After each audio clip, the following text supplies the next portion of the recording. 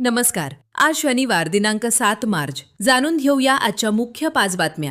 आपण ऐकत आहात मराठी अपडेट समूहाचे दररोज सकाळी 7:30 वाजता प्रसारित होणारे Marathi update morning news podcast. Maharashtra विधिमंडळात काल अर्थसंकल्प सादर करण्यात आला. दरम्यान मुख्यमंत्री देवेंद्र फडणवीस यांनी सादर केलेला यंदाचा अर्थसंकल्प म्हणजे विकसित भारतासोबत विकसित महाराष्ट्र घडवण्याच्या दिशेनं ठोस पाऊल असून या अर्थसंकल्पातून मुख्यमंत्री देवेंद्र फडणवीस यांनी अनेक संकल्प व्यक्त केले व ते संकल्प प्रत्यक्षात आणण्यासाठी रोडमॅपही सादर केलाय, असे माजी मुख्यमंत्री खासदार अशोकराव चव्हाण यांनी म्हटले.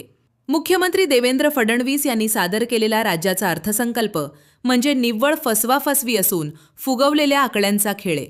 विशेषतः नांदेडच्या विकासासाठी या अर्थसंकल्पात कोणतीही तरतूद नाही, अशी प्रतिक्रिया खासदार रवींद्र चव्हाण यांनी दिली आहे.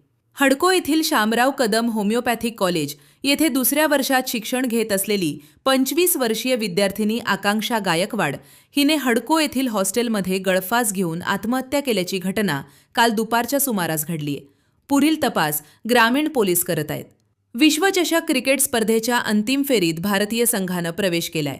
या पार्श्वभूमीवर क्रिकेटप्रेमींना अंतिम सामन्याचा थरार अनुभवता यावा, विजयी जल्लोष करता यावा यासाठी भाजप नांदेड महानगरतर्फे उद्या रविवार रोजी सायंकाळी 6 वाजता कुसुम सभागृह VIP रोड नांदेड येथे भारत विरुद्ध न्यूझीलंड हा अंतिम सामना मोठ्या पडद्यावर मोफत दाखवण्यात येणार असल्याची माहिती महानगराध्यक्ष अमरनाथ राजूरकर व जिल्हा सरचिटणीस धर्मभूषण दिलीप ठाकूर यांनी दिली आहे.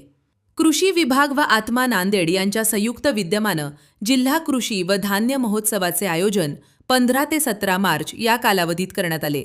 हा महोत्सव सकाळी 10 ते सायंकाळी 8 वाजेपर्यंत कृषी उत्पन्न बाजार समिती मैदान नवा मोंढा नांदेड येथे होणार आहे. दररोज सकाळी 7:30 वाजता Marathi update morning news podcast ऐकण्यासाठी मराठी अपडेट पॉडकास्ट YouTube चॅनलला सबस्क्राईब करा. धन्यवाद.